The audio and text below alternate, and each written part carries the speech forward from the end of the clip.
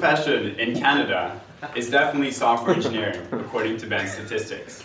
Today, I'm going to teach you how to become a successful software engineer. To be a successful software engineer, you must understand the 3 core principles: how to design successful software, how to be professional, and how to give technical presentation. Now, a big misconception about designing software is that designing software is that software should be focused on features and quality. However, this is completely false. As a comparison, if you take OpenOffice, which is free, versus Microsoft Office 2008, Service Pack 2, Major Version 12, Release 7, Security Update 2, which actually fits in your budget for over $100, well, it's not OpenOffice that wins this battle, according to the market share. So the lesson you have to learn here is that if you design software, you have to charge more than your leading competitor and have a series of confusing upgrades. Another important aspect of designing software is picking a good logo. You have Linux, which has the penguin because it runs fast. You have Microsoft. you have Microsoft that has a window because it's so frustrating, you just want to throw it out. However, myself, when I design software, I like to pick a logo that represents me.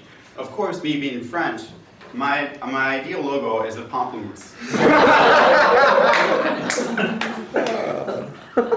Another important aspect of being a software engineer is being professional. Another misconception here is that you learn how to be professional through PDN.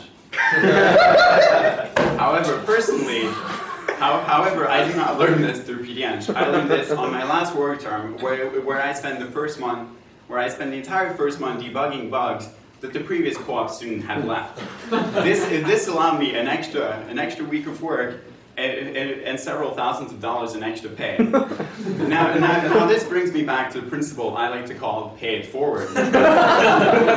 So what I managed to do was before leaving for my work term, I made sure to leave several bugs into the next release to the next co-op student to take so that he can have more work. Another important aspect of being a software engineer is knowing how to give technical presentation. Now, the most important thing to seem credible is to use a lot of fancy technical terms that really don't mean anything. I like to call these weasel words. A good example is to just make them up on the spot. For example, like Fourier approximation infinite interface.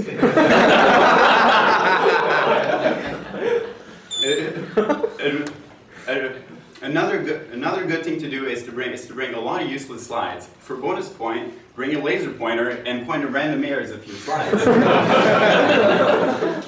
This will have the effect of further confusing your audience.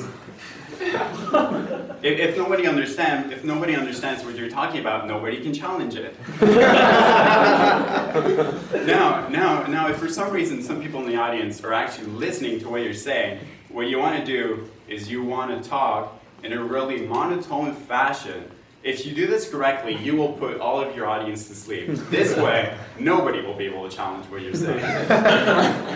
So in conclusion, I might not have achieved my purpose of training all of you guys to be successful software engineer, but you should at least understand the weasel world of software development.